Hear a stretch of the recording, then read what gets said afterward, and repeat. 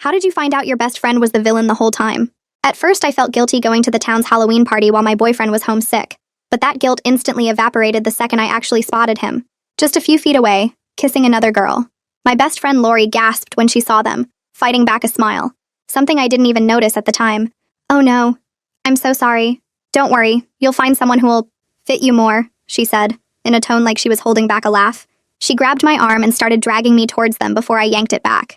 We have to go confront him, she insisted. I shook my head, already biting back tears. I can't, I told her before running off to disappear with the crowd.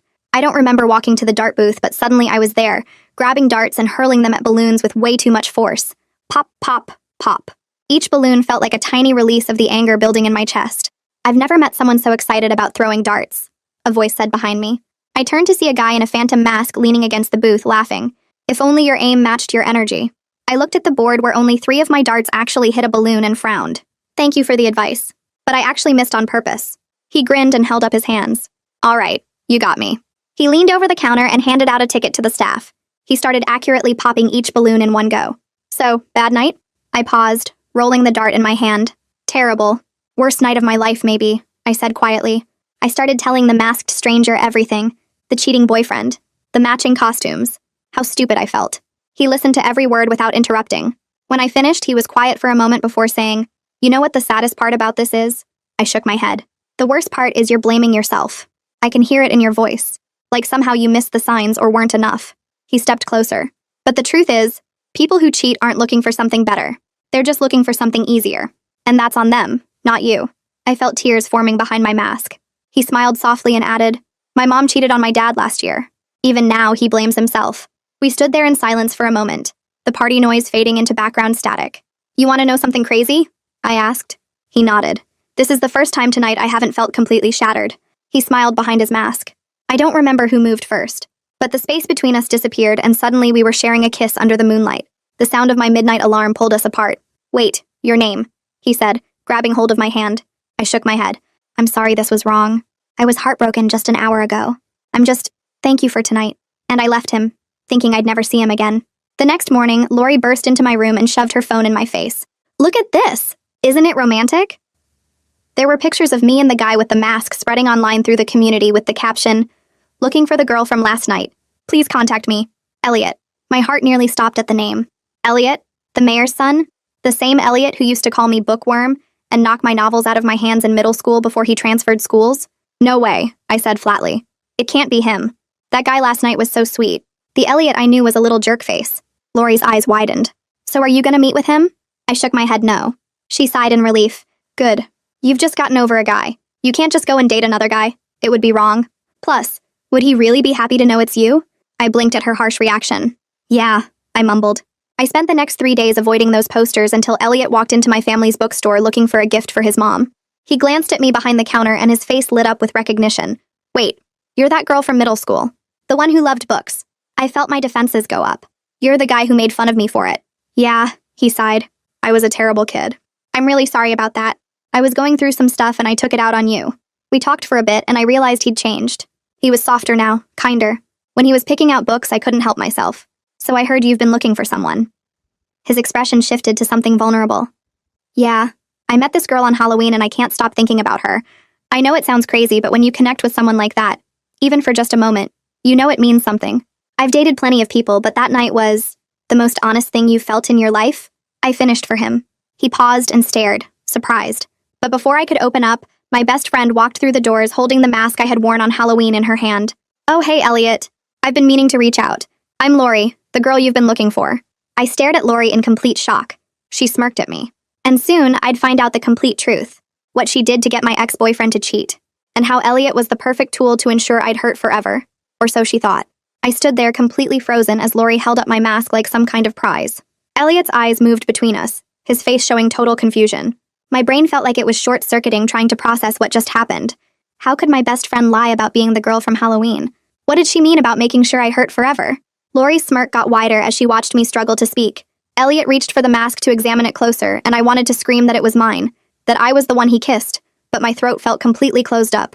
Lori stepped closer to Elliot and touched his arm in this possessive way that made my stomach twist. He smiled at her, still looking a bit confused but clearly wanting to believe her story.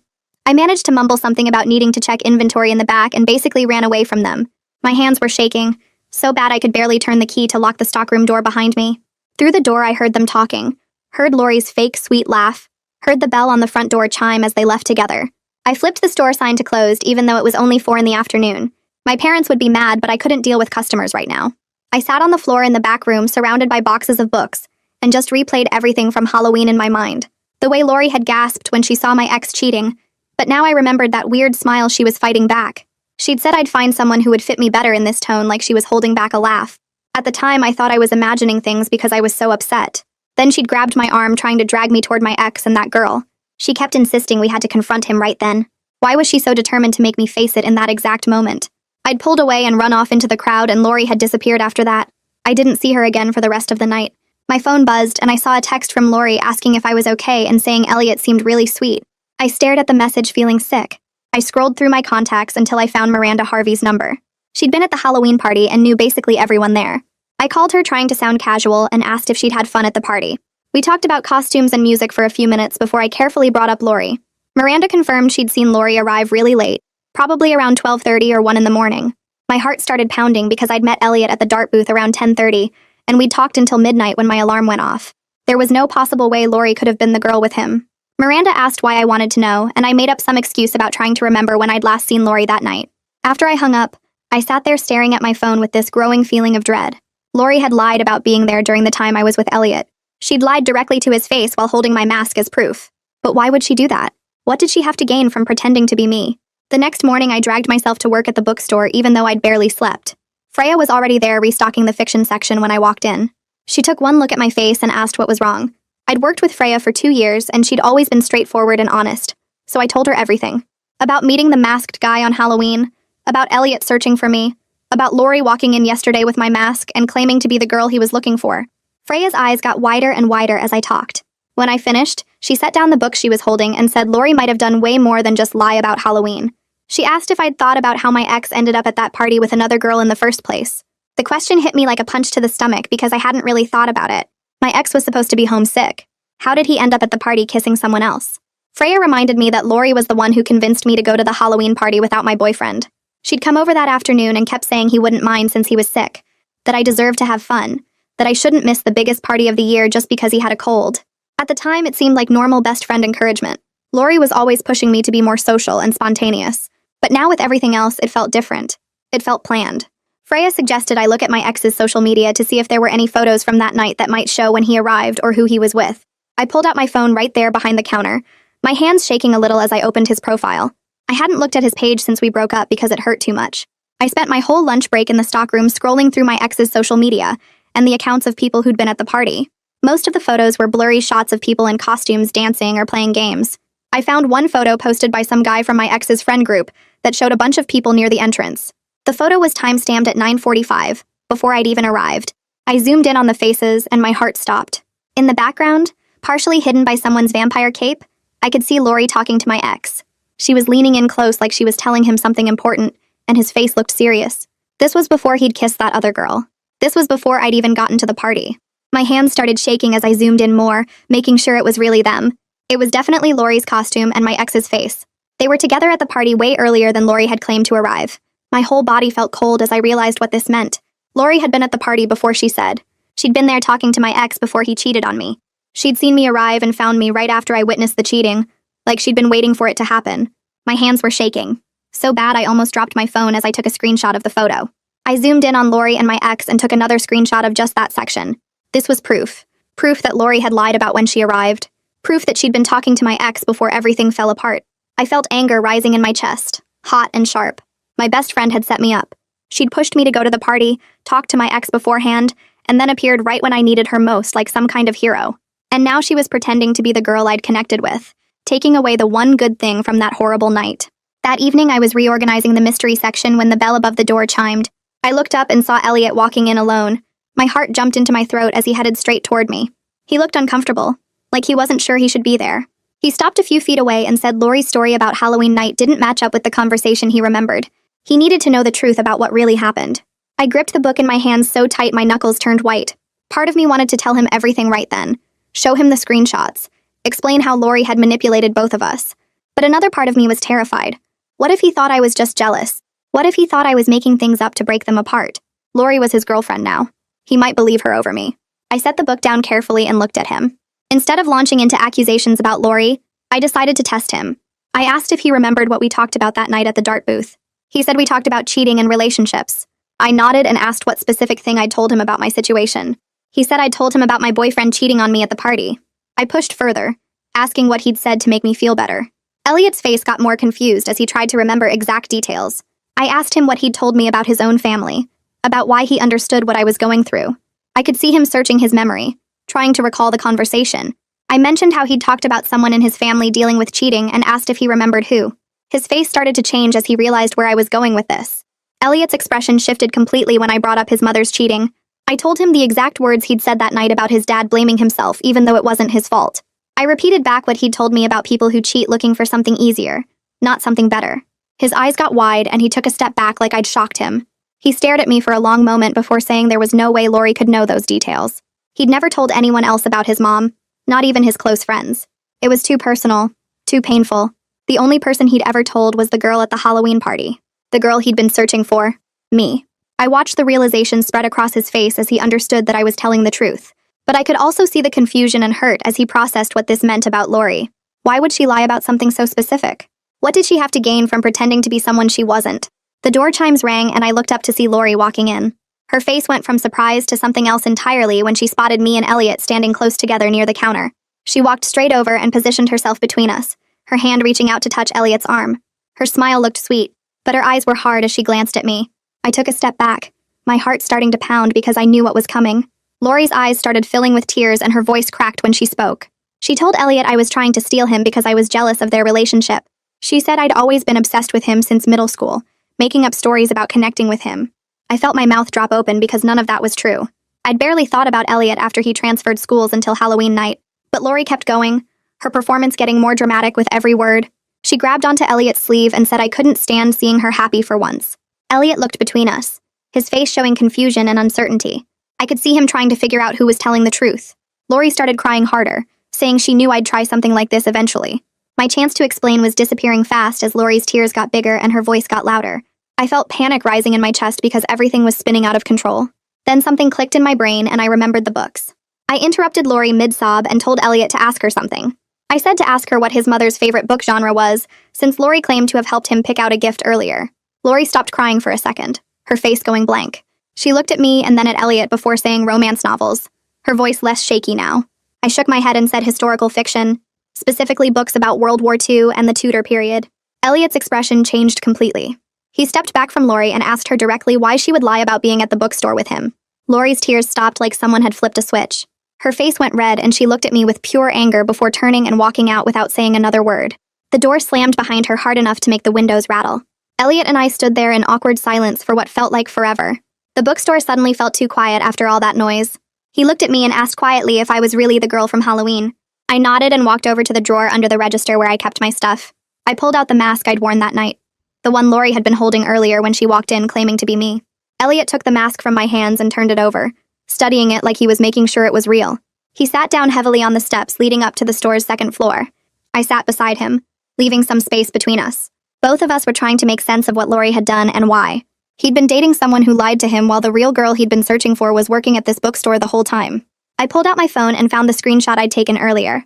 I showed him the picture from my ex's social media where Lori was talking to my ex at the party. Elliot took my phone and looked at the image carefully, zooming in on Lori's face. He mentioned that Lori had asked him really specific questions about what the Halloween girl looked like and what we talked about. She'd wanted to know everything, down to what color my mask was and whether I had any special jewelry on. I felt sick realizing she'd used all that information to create her fake story. We sat there putting the pieces together and realized Lori had crafted everything based on details she'd gotten from Elliot, but she couldn't have known the deeper personal stuff we'd shared that night. Elliot admitted he'd felt something was off about her story, but he wanted to believe he'd found the right girl so badly that he ignored the weird feelings. He said some of the things she claimed we talked about didn't match his memory, but he convinced himself he'd just forgotten.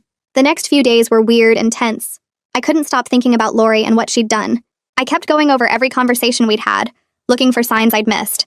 I decided I needed to know more about my ex's cheating and whether Lori had been involved in setting that up too. I found Scott Melton's number in my phone. He was one of my ex's close friends and had been at the Halloween party. I texted him asking if we could talk about something important. He responded pretty quickly saying sure and asking what was up. I asked him if anyone had encouraged my ex to bring a date to the party that night. The 3 dots showing he was typing appeared and disappeared a few times before his response finally came through. Scott's text popped up on my screen and my stomach twisted into knots. He admitted that Lori had stopped by his place earlier that week before the party. She'd mentioned something about how I'd been acting distant with my boyfriend and maybe looking at other guys around town. Scott said Lori suggested that my ex should make me jealous to see if I really cared. I read the message 3 times, each word making me feel sicker. The manipulation went so much deeper than I'd imagined. Lori hadn't just taken advantage of my heartbreak at the party. She'd actually set up the whole cheating situation from the start. I texted Scott back asking if he was sure about the timing, and he confirmed it was definitely before Halloween. I sat there staring at my phone, trying to wrap my head around the fact that my best friend had spent time planning how to destroy my relationship. The next morning, I messaged my ex asking if we could meet up to talk.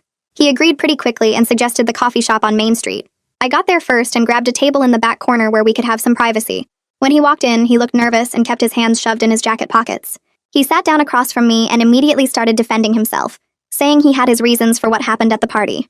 I cut him off and asked directly if Lori had talked to him before Halloween. His face changed and he looked down at the table. He admitted that Lori had pulled him aside about a week before the party and told him I was planning to break up with him. She'd said I was just waiting for the right time and that I'd been talking about other guys. He thought he was protecting himself from getting hurt by moving on first. I felt my hands shake as I gripped my coffee cup. My ex kept talking, explaining how Lori had actually introduced him to the girl at the party. She'd positioned them near the entrance where she knew I'd walk in and see them right away. He genuinely thought he was beating me to the punch, not realizing he was used as a tool in Lori's twisted plan. I asked him why he didn't just talk to me about it, and he got quiet for a long moment. He said he was scared and stupid, and that Lori had seemed so concerned and genuine. The anger I felt toward him mixed with this weird sense of pity. We'd both been played by someone we trusted. He apologized then. Really apologized. Not the half-hearted sorry from before. He admitted he should have communicated with me instead of believing Lori's lies. I told him I accepted his apology, but that we were done for good.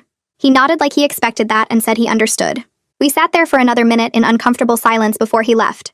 I stayed at the coffee shop for another hour, pulling out my phone and opening a notes app.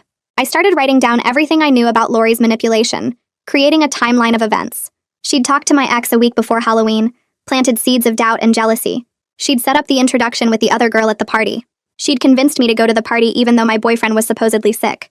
She'd been there to witness my heartbreak and position herself as my only support. Then she'd swooped in to claim she was the Halloween girl, using details she'd gotten from Elliot to make her story believable. The whole thing had taken weeks of careful planning. She'd spent all that time and energy making sure I'd end up heartbroken and vulnerable at that party. When I got back to the bookstore, Freya took one look at my face and pulled me into the back room. I showed her my timeline and explained everything I'd learned from Scott and my ex. Freya read through my notes carefully, and then looked up at me with this serious expression. She suggested that maybe Lori wanted me isolated and hurting, so she could control how I reacted to everything. I thought about that for a second, and realized Lori had always been the first person I called when something went wrong. She'd positioned herself as my main support system, the one person I could count on. That night at home, I couldn't stop thinking about what Freya had said. I opened my text messages and started scrolling back through months of conversations with Lori. A pattern emerged that made my chest feel tight. Every time I'd mentioned getting closer to someone new, Lori had found a reason why that person wasn't trustworthy. When I'd talked about joining a study group, she'd said those people were fake and just wanted to use me for answers. When I'd mentioned a girl from work seemed cool, Lori had brought up some rumor about her being two-faced. She'd always had a reason why someone didn't really care about me or couldn't be trusted. I'd thought she was just being protective, looking out for me. But now I could see she'd been systematically cutting me off from other friendships, making sure I stayed dependent on her. My phone buzzed with a text from Elliot asking if I could meet him at the park near the bookstore. He said he needed to talk to me privately, and that he was bringing his friend Cody who'd been at the Halloween party. I agreed and headed over, my heart beating faster with each step. When I got to the park, Elliot was standing by the fountain with another guy I recognized from around town.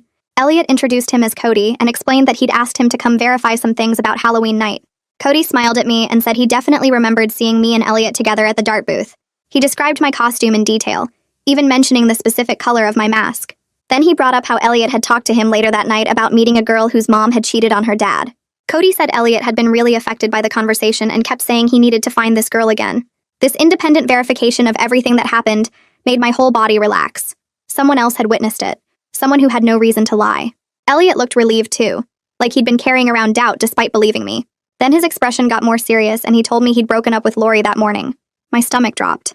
He explained that when he'd confronted her about lying, she'd completely refused to accept the breakup. She'd actually threatened to spread rumors about both of us around town if he tried to pursue me. Elliot said her whole sweet personality had just vanished in an instant, replaced by someone cold and mean. The mask she'd been wearing had finally fallen away completely, and now we were seeing who Lori really was underneath all the fake friendship and manipulation. The next morning, I woke up to 3 missed calls from people I barely talked to anymore. My phone kept buzzing with texts asking if I was okay, and mentioning something about Elliot. I scrolled through the messages and my stomach dropped when I saw what Lori had been posting on social media. She'd written this long post about how I was trying to ruin her relationship because I was jealous and couldn't handle seeing her happy. She made it sound like I'd always been obsessed with Elliot and was making up lies to break them up. The post had dozens of comments from people I knew, and some of them were actually agreeing with her. People who'd known Lori longer than they'd known me were taking her side without even asking for my version of what happened. I sat there staring at my phone, watching the comments pile up, feeling like the whole town was turning against me based on her lies. My hands were shaking as I screenshot everything she'd posted before she could delete it later. I needed proof of what she was saying about me. Over the next 2 days, I kept running into people who'd clearly heard Lori's version of events. At the grocery store, one of her friends literally turned around and walked the other way when she saw me. The woman who ran the coffee shop gave me this pitying look like I was some desperate girl chasing after someone else's boyfriend. I wanted to scream at all of them that they had no idea what really happened, but I knew that would just make me look worse. Instead, I started gathering every piece of evidence I had. I organized all the screenshots into a folder on my phone. The photo of Lori talking to my ex before I even arrived at the Halloween party. The text messages where she'd discouraged me from making other friends. The timeline I'd written out showing how she'd manipulated everything. I also had the statements from Scott about how Lori had encouraged my ex to cheat, and my ex's own admission that she'd lied to him about me planning to break up with him. I texted Miranda and asked if she could meet me at the coffee shop on Main Street. She agreed immediately and brought 2 other friends with her who'd been asking questions about the whole situation. When I sat down with them, I didn't say anything at first. I just handed Miranda my phone and let her scroll through everything. She passed it to the others, and I watched their faces change as they read through the evidence. Miranda looked up at me with wide eyes and said she had no idea Lori had been at the party that early. One of the other friends pointed at the screenshot showing Lori with my ex and said that completely changed everything. I showed them Scott's messages confirming that Lori had set up the whole cheating situation. Then I showed them my ex's texts admitting Lori had lied to him about me. The timeline made it clear that Lori had spent weeks planning this whole thing just to hurt me. By the time they finished looking at everything, all 3 of them believed me. Miranda actually apologized for not questioning Lori's story sooner. She said she'd felt weird about how quickly Lori had claimed to be the Halloween girl, but hadn't wanted to get involved in drama. Now she realized staying silent had let Lori keep lying. The next afternoon, I was working alone at the bookstore during the slow period after lunch. Freya had gone to the bank to make a deposit, and I was restocking shelves in the back when I heard the front door chime. I walked out to the counter and froze when I saw Lori standing there. She wasn't crying or looking sad like she had been in public. Her face was cold and angry, and she crossed her arms as soon as she saw me. She walked right up to the counter and told me I was ruining everything by showing people those screenshots. Her voice was different now, harder and meaner than I'd ever heard it. She said I always had to make everything about me and couldn't just let her be happy for once. I stared at her, trying to process this version of Lori I'd never seen before. She kept going, saying I'd always had things too easy. My family owned a business. People liked me without me having to try to. I'd never had to work for friendships the way she did. She said I deserved to feel the pain she'd been feeling for years watching me coast through life while she struggled. My heart was pounding, but I managed to keep my voice steady when I asked what she meant. That's when everything came spilling out. She admitted she'd set up my ex to cheat on me at the party. She'd spent weeks convincing him I was going to dump him, and that he should protect himself by moving on first. She'd even picked out the girl for him to kiss, and made sure they'd be standing exactly where I'd see them. I slowly reached into my pocket and turned on my phone's voice recorder, keeping it hidden while Lori kept talking. She said she'd been jealous of me since the day we became friends. Every time something good happened to me, it felt like proof that her life wasn't as good. She resented my relationship with my ex even though she'd smiled and said she was happy for me. She hated that my family's bookstore was successful while her parents struggled with money. She couldn't stand the way people naturally liked me and wanted to be around me when she had to work so hard for every friendship. Her voice got louder as she listed everything she'd envied about my life. She said watching me be happy made her feel worse about herself, like my good things somehow took away from her chances at having good things too. I kept the phone recording in my pocket while she revealed more and more. She admitted she'd seen the photos of me and Elliot at the Halloween party online before she ever talked to me about them. She'd recognized my costume and mask immediately. When she saw Elliot searching for the Halloween girl, she realized she could take that moment away from me and make herself the center of his attention instead. Lori said she'd specifically targeted Elliot's search because she knew I'd connected with him that night. She'd watched me come back to find her after midnight looking happier than I'd been in months. She'd seen the way I smiled when I talked about the guy at the dart booth. So when Elliot started posting those pictures looking for me, she saw the perfect chance to hurt me even more. She wanted to make me watch her have what I wanted. She wanted me to see her with Elliot and know that the one good thing from that horrible night was being taken away. She said it felt fair after years of watching me have everything while she had nothing. She wanted me to finally understand what it felt like to want something desperately and not be able to have it. Her hands were shaking as she talked, and I could see tears starting to form in her eyes, even though her voice stayed angry. I asked her why she would go this far just because she was jealous. That's when she broke down completely. She sank into one of the reading chairs near the counter and put her head in her hands. Through sobs, she said she'd always felt like she was in my shadow. Every friendship felt like a competition she was losing. Every achievement I had felt like it diminished her own accomplishments. Every relationship I was in reminded her of her own loneliness. She said she'd tried so hard to be happy for me over the years, but the jealousy kept growing until she couldn't ignore it anymore. She'd started hating herself for feeling that way, which made her resent me even more for being the cause of those feelings. She knew it wasn't logical or fair, but she couldn't stop comparing her life to mine and always finding hers lacking. She said the Halloween party felt like her breaking point. Seeing my ex cheat should have made her feel bad for me, but instead she'd felt this sick satisfaction that finally something bad was happening to me too. Then when she saw I'd connected with Elliot despite everything, she'd felt that jealousy turn into real anger. She couldn't stand that even on my worst night, I'd managed to find something good. I stood there listening to her confession, feeling this complicated mix of emotions I couldn't sort out. Part of me was furious at what she'd done and how deliberately she'd tried to hurt me, but another part of me felt genuinely sad for the pain she'd been carrying around. I understood feeling jealous sometimes or comparing yourself to friends, but I also knew that her jealousy didn't excuse the cruel things she'd done. She'd made active choices to manipulate people and cause harm. She'd spent weeks planning how to hurt me instead of just talking to me about how she felt. I took a breath and told her our friendship was over.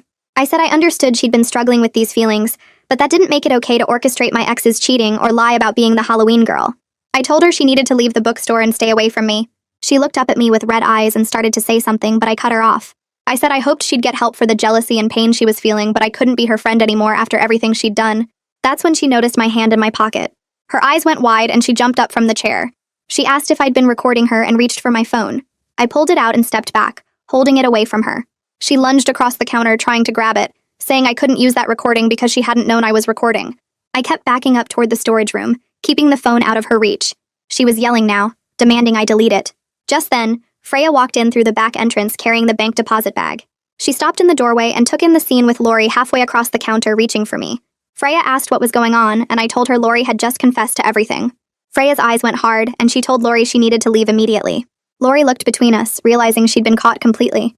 She started crying again, but these felt like real tears of panic rather than manipulation. She backed toward the door, saying this wasn't fair and I'd tricked her. Freya walked her to the exit and firmly closed the door behind her, locking it even though we were still open. I stood there shaking, still holding my phone with the recording. Freya came over and hugged me, saying she'd heard most of the conversation from the back room before she came in. She'd been standing there listening to make sure I was safe. I played the recording back from the beginning to make sure it had captured everything clearly. Lori's voice came through perfectly, admitting to setting up the cheating, lying about being the Halloween girl and targeting Elliot specifically to hurt me. Freya said this was exactly the proof I needed, and I should share it with Elliot right away. I texted him asking if he could come to the bookstore when we closed in an hour. He responded immediately saying he'd be there. The rest of the afternoon dragged by slowly. I kept replaying Lori's words in my head, still processing everything she'd admitted. When closing time came, Freya offered to stay with me, but I told her I needed to do this alone. She hugged me again and left through the back. 5 minutes later, Elliot knocked on the front door. I let him in and locked it behind him. We sat at one of the reading tables and I handed him my phone with the recording queued up. I watched his face as he listened to the whole thing. His expression shifted from confused to shocked to angry as Lori's confession played out. When it finished, he sat back in his chair and just stared at the table for a long moment. He said he couldn't believe the depth of her manipulation and how much pain she'd been carrying around. He admitted he felt stupid for not seeing through her lies sooner. He said there had been small moments where her story didn't quite add up, but he'd wanted so badly to find the Halloween girl that he'd ignored the inconsistencies. He apologized for not trusting his gut and for putting me through weeks of watching them together. I told him it wasn't his fault because Lori had been incredibly careful with her lies. She'd used information he'd told her about that night to make her story believable. We sat there talking about what to do next. I said I wanted people to know the truth, but I didn't want to turn this into huge town drama or public revenge. Elliot agreed completely. He said Lori clearly needed help for her jealousy and mental health issues, and blasting her publicly wouldn't actually help anyone. We decided we'd share the truth with our close friends, and the people who'd been asking questions. We'd let them hear the recording if they wanted proof, but we wouldn't post it online or make a big public statement. We'd just quietly correct the lies Lori had spread and let the truth spread naturally through people who actually cared about what really happened. Elliot reached across the table and took my hand. He said he was sorry for everything I'd been through and thanked me for handling it with more grace than Lori deserved. I squeezed his hand back, feeling like finally we could move forward without lies between us. Over the next week, I shared the recording with our close friends one by one. Miranda came to the bookstore first and listened to the whole thing with her hand over her mouth. She apologized 3 times for believing Lori's version of events and hugged me before she left. 2 other friends from our group texted asking to hear it, and I met them at a coffee shop where they listened on my phone with headphones. Both of them looked shocked by how calculated Lori's confession sounded, how she admitted to everything without any real remorse in her voice. They said they felt stupid for not questioning her story more carefully, and promised to set the record straight with anyone who'd heard the rumors. By the end of the week, most of our friend group knew the truth, and the few people who still believed Lori's lies weren't really friends worth keeping anyway. The hardest part was watching how quickly the story spread through town, not as gossip, but as genuine shock that someone could manipulate people so thoroughly. On Tuesday afternoon, a couple I didn't recognize walked into the bookstore during a slow period. The woman had Lori's eyes, and I knew immediately who they were before they even introduced themselves. Her parents looked tired and sad as they approached the counter and asked if they could talk to me privately. We sat at one of the reading tables in the back corner, and her mom started crying before she even spoke. They apologized for what Lori had done, saying they had no idea she'd been struggling so badly with jealousy and depression. Her dad explained that Lori had always compared herself to other people, especially me, but they thought it was normal teenage insecurity that she'd outgrow. They never imagined she'd act on those feelings in such a harmful way, never saw signs that she was capable of the manipulation I'd experienced. Her mom kept saying she felt like she'd failed as a parent, that she should have noticed something was wrong and gotten Lori help sooner. I listened to them talk and felt a weird mix of anger at Lori and sympathy for her parents who clearly loved her and were blindsided by this. When they finished, I told them I appreciated them coming here and apologizing, but I needed space from Lori for the foreseeable future. I explained that what she did wasn't just a mistake or a moment of poor judgment. It was months of calculated manipulation that hurt multiple people, and I couldn't just forgive that because she was struggling mentally. Her parents nodded and said they completely understood, that they weren't asking me to forgive her or be her friend again. Her mom mentioned that Lori was starting therapy twice a week to work through her jealousy issues and self-esteem problems, that they were taking this seriously and getting her real help. I thanked them for telling me and walked them to the door, feeling emotionally exhausted from the conversation, but glad they'd at least acknowledged what happened. After that day, Elliot and I started spending more time together, but we were both careful about it.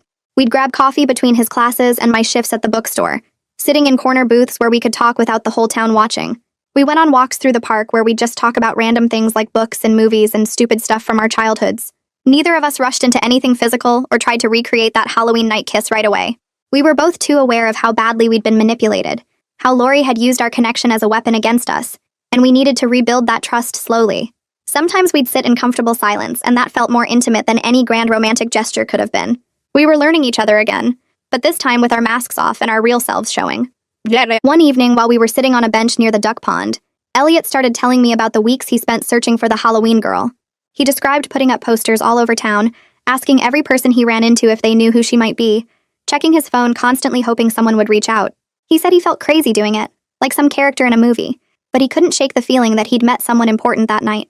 Hearing him talk about searching for me while Lori was pretending to be me made my chest hurt all over again. The betrayal felt fresh and raw, knowing that while he was desperately trying to find me, my best friend was actively working to make sure we'd never connect. I had to look away from him for a minute because tears were forming, and I didn't want to cry about Lori anymore. I told Elliot how Lori's manipulation made me question everything about myself and my ability to trust people. I explained that I kept replaying moments from our friendship, wondering what was real and what was just her playing a role to stay close to me. Every time someone was nice now, I caught myself wondering what they really wanted, or if they secretly resented me like Lori had. Elliot reached over and took my hand, saying he felt exactly the same way. He admitted he'd been going through his other relationships in his head, wondering which friends were genuine and which ones might be using him because his dad was the mayor. We sat there holding hands and talking about how weird it was that Lori's lies had made us both paranoid about everyone else's honesty. That conversation led to us making a decision that became really important for our relationship. We agreed to be completely honest with each other about everything, even uncomfortable or embarrassing things. If something bothered us, we'd say it instead of letting it build up. If we were scared or insecure, we'd admit it instead of pretending to be fine. We made honesty our foundation because we'd both seen what happens when people hide their real feelings and let resentment grow in the dark. It sounds simple, but it was actually kind of scary to commit to that level of openness with someone. Still, after everything with Lori, we knew that lies and manipulation had almost kept us apart, and we weren't going to let that happen again. A few days later, my ex-boyfriend texted me asking if we could talk.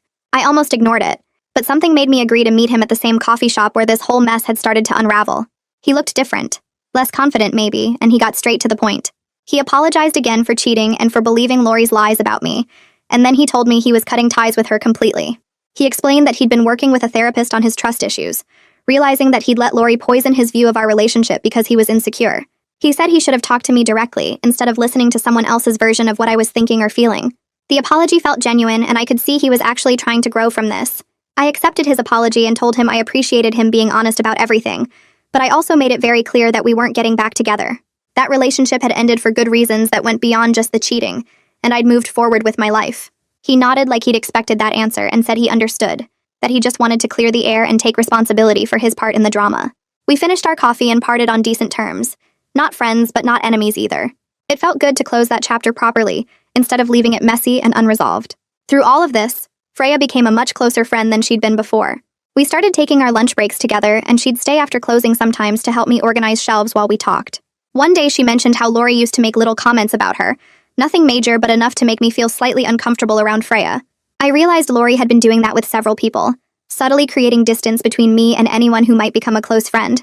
She'd position herself as my only real friend, the only person who truly understood me, while quietly undermining every other friendship I tried to build.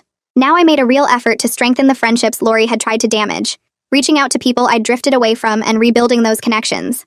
It was like cleaning out a wound, painful but necessary, and I could feel myself getting healthier as I let go of Lori's influence and surrounded myself with people who genuinely cared about me. A week later, Elliot asked if I wanted to meet his mother properly, not just as the bookstore clerk, but as the girl he'd been searching for. My stomach twisted with nerves as we walked into the mayor's house, a big old place on the hill with white columns and perfectly trimmed hedges. His mother answered the door and her face lit up the second she saw me. She pulled me into a hug before I could even say hello, telling me she remembered me from the bookstore and how I'd always helped her find the perfect books. She led us into the kitchen where she'd made cookies, and we sat around the table while she asked me about my family and the bookstore and college plans. Then she got this knowing look and said Elliot had seemed different after Halloween, happier somehow, but he wouldn't tell her why. She'd suspected he'd met someone special that night, and now seeing us together made perfect sense. I felt my cheeks get hot, but Elliot just smiled and squeezed my hand under the table. His mother poured us tea and the conversation shifted to something more serious.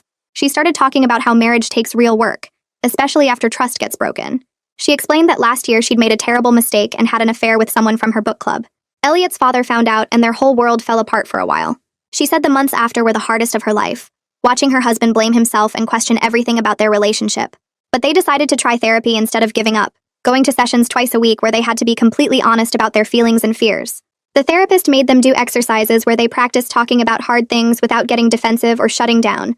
Slowly, over many months, they started rebuilding what they'd broken. She looked at both of us and said the key was choosing honesty every single day, even when it felt scary or uncomfortable. Hearing her story made something shift in my chest. If they could work through something that painful and come out stronger, maybe real healing was actually possible after betrayal. Maybe Lori's manipulation didn't have to define how I approached relationships forever. His mother reached across the table and patted my hand, telling me she could see I was good for her son, that I had a kind heart and a strong spirit. When we left, Elliot walked me home and we talked about his parents, and how much courage it took for them to stay together and do the work.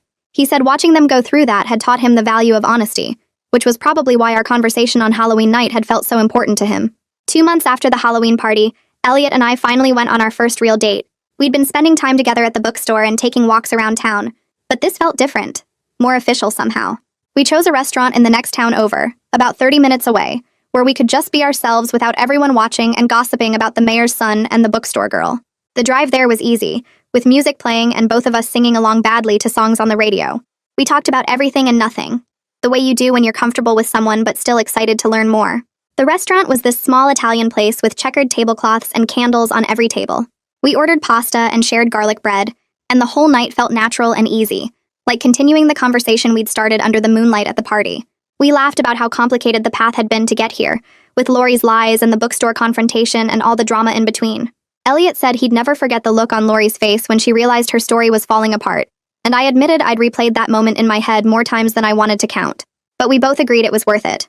All the confusion and hurt and uncertainty, because we'd ended up here together. He told me about his plans after college, wanting to work in community development instead of following his father into politics. I shared my dream of maybe opening my own bookstore someday, something smaller and cozier than my family's place. We stayed until the restaurant was closing, not wanting the night to end. On the drive home, he held my hand across the center console, and I felt this quiet happiness settle over me, the kind that doesn't need words or big gestures. The next weekend, there was a community event at the town square, one of those outdoor markets with craft booths and food trucks.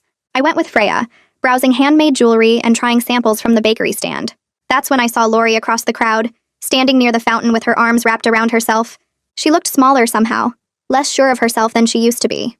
Her hair was pulled back in a messy ponytail, and she was wearing an old hoodie I recognized from high school. Our eyes met for just a second before she quickly looked away, pretending to be very interested in her phone. I felt this weird mix of relief that she wasn't trying to approach me, and sadness for the friendship we'd lost, even though I knew that friendship had been built on shaky ground. Freya noticed me staring and asked if I was okay. I nodded and turned away, focusing on a booth selling homemade candles instead. The rest of the day, I kept catching glimpses of Lori in the crowd, always at a distance, always moving away when she saw me looking. It was strange seeing her like that, almost like she was a ghost of the person I used to know. Part of me wanted to feel angry or triumphant, but mostly I just felt tired of the whole situation. I was ready to move forward without her shadow hanging over everything. Later that week, Freya and I were organizing the new releases section at the bookstore when she mentioned she'd heard some news about Lori. Apparently, Lori had moved to stay with relatives in another state, needing a fresh start away from everything that had happened here. Freya said Lori's mom had come into the bookstore earlier that week and explained that Lori was going to therapy and working on herself, trying to figure out why she'd acted the way she did. I stood there holding a stack of books, processing this information. Part of me felt relieved that I wouldn't have to keep running into her around town, wouldn't have to deal with that awkward tension every time we crossed paths. But another part of me, a small part, hoped she actually would find the help she needed and learn to be happy for other people instead of tearing them down. I didn't want to be her friend again. That door was closed, but I didn't want her to be miserable forever either. Freya asked if I was going to reach out to her, and I shook my head. Some bridges are better left burned, and this was one of them. We finished shelving the books and moved on to other topics, but the news stayed with me for the rest of the day. That night, Elliot came over to my apartment and we started what would become our tradition of honesty nights. We sat on my couch with mugs of hot chocolate and took turns sharing things we were scared to say out loud. I told him about my fear that he'd eventually realize I wasn't worth all the drama, that he'd regret choosing me over an easier relationship. He shared his worry that he'd mess things up like he had in middle school, that he'd hurt me without meaning to and lose me forever. We talked about our insecurities and difficult feelings, the stuff most people keep hidden because it feels too raw or embarrassing. But we'd decided after everything with Lori that we weren't going to let things fester in silence. We were going to put our cards on the table, even when it was uncomfortable, because manipulation and hidden feelings had almost kept us apart. This became our way of making sure we stayed connected and honest with each other. Every week or two, we'd set aside time to check in, to talk about what was really going on beneath the surface. Sometimes the conversations were heavy, and sometimes they were lighter, but they always left me feeling closer to him. It was different from any relationship I'd had before. This commitment to being completely real with each other instead of pretending everything was always fine. My parents started noticing changes in me around this time. My mom commented one morning over breakfast that I seemed happier, more confident in myself. She said I wasn't second-guessing every decision or worrying so much about what other people thought.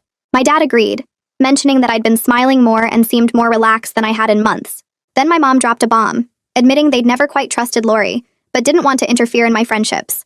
She said something about Lori had always felt off to her, the way she'd monopolize my time and subtly put down my other friends. My dad nodded, adding that Lori seemed to need to be the center of attention in every situation, even when it was supposed to be about someone else. I sat there stunned, wondering how I'd missed what my parents had seen so clearly. But I guess when you're in the middle of something, it's harder to see the patterns.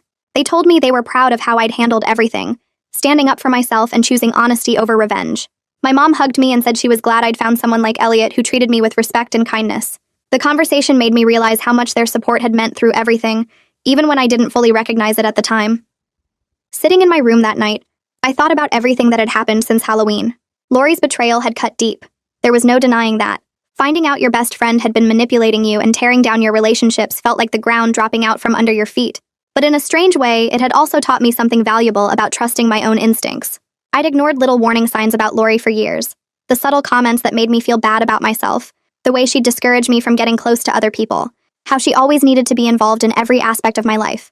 I'd brushed those feelings aside because I didn't want to be paranoid or judgmental.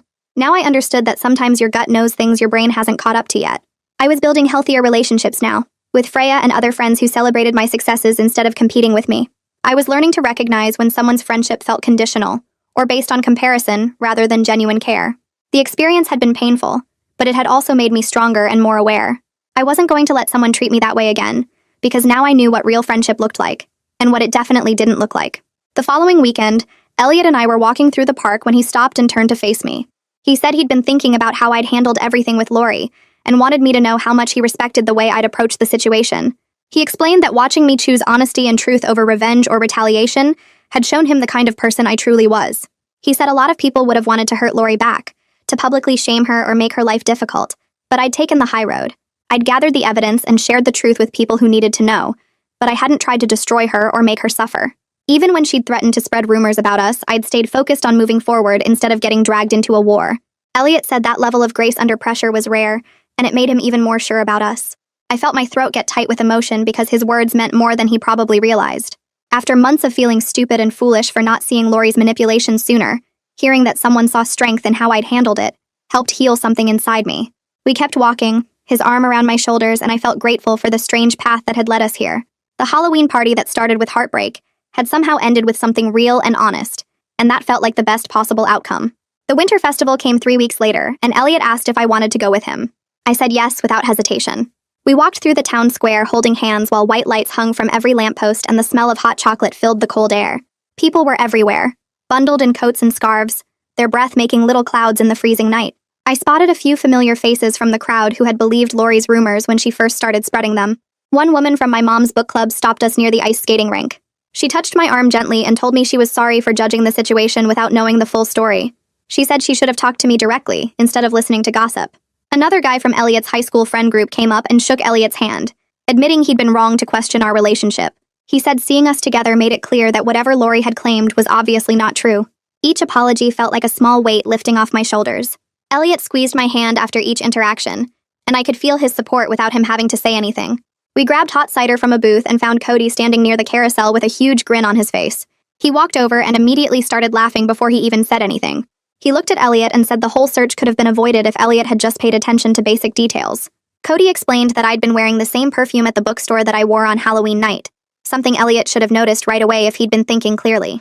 Elliot's face turned red and he tried to defend himself, but Cody kept going, listing all the obvious signs that were right in front of him.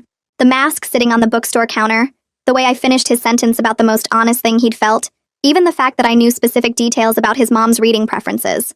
We all started laughing because looking back, it really was so obvious. I admitted I should have just told him the truth right away, instead of letting Lori walk in and complicate everything. Cody said we were both idiots, but at least we figured it out eventually. The whole conversation felt light and easy, like we could finally joke about the situation without the weight of Lori's manipulation hanging over us. 4 months had passed since Halloween and Elliot and I had built something solid. We weren't perfect, and we still had moments where old insecurities crept in. Sometimes I'd worry that he'd realize I wasn't as interesting as that first conversation made me seem. Other times he'd get quiet and withdrawn, convinced he was going to mess things up like he had with past relationships. But we talked through every fear and doubt instead of letting them build up in silence. We made a rule that if something bothered either of us, we had to say it out loud within 24 hours. No festering, no assumptions, no letting small problems become big ones. That honesty we shared at the Halloween party became the foundation for everything else. It wasn't always comfortable having those conversations, but they kept us connected in a way that felt real and lasting. I checked my email one morning at the bookstore and saw an acceptance letter from a college program I'd applied to months ago. My hands shook as I read it because I'd almost not applied at all. Looking back, I realized Lori had subtly discouraged me from going for it. She'd made comments about how competitive the program was and how disappointed I'd be if I didn't get in. She'd suggested I focus on the bookstore instead of chasing something that might not work out. At the time, I thought she was being protective, trying to save me from potential failure. Now I understood she'd been holding me back, keeping me small so she could feel bigger by comparison. Elliot came into the bookstore that afternoon and I showed him the acceptance letter. His face lit up immediately and he picked me up in a hug, spinning me around between the bookshelves. He started asking questions about the program, what classes I'd take, how excited I was to start. There wasn't a single hint of jealousy or worry about what my success might mean for us. He was genuinely thrilled for me, celebrating my achievement without making it about himself. That reaction meant more than he probably realized because it showed me what real support looked like. A week later, I ran into my ex at the grocery store. He was with a new girl, someone I vaguely recognized from around town. They were laughing together in the produce section, and he looked genuinely happy. When he spotted me, there was a brief moment of awkwardness, but then he smiled and walked over. He introduced his girlfriend and asked how I was doing. I told him about the college program, and he congratulated me sincerely. We exchanged a few pleasant sentences about nothing important, and then we both moved on with our shopping. The whole interaction lasted maybe 2 minutes, but it felt significant because there was no anger or tension left between us. We'd both moved past the drama Lori created and found something better. He seemed content with his new relationship, and I was happy with Elliot. The cheating that felt so devastating on Halloween night had become just a thing that happened, not a wound that still hurt. Standing in my family's bookstore that evening, I looked around at the shelves I'd grown up with and thought about everything that had unfolded here. This was where Lori had walked in holding my mask and claimed to be someone she wasn't. This was where Elliot and I had our first real conversation after Halloween. This was where the truth finally came out, and the lies fell apart. Lori had tried to ensure I'd hurt forever, orchestrating my ex's cheating and stealing my moment with Elliot. She'd wanted me to watch her have what I'd connected with while I stayed broken and alone. But her plan had backfired completely. Instead of destroying me, she'd cleared away a toxic friendship I didn't even realize was poisoning my life. She'd pushed me towards someone who valued honesty and real connection. I'd built stronger friendships with people like Freya who actually celebrated my success. I'd learned to trust my own instincts instead of second-guessing every feeling. The betrayal had hurt deeply, cutting through years of friendship and trust, but it had also led me to something genuine. Sometimes the worst moments really do lead to the best outcomes, not because the pain doesn't matter, but because it forces you to see what was wrong and find something better.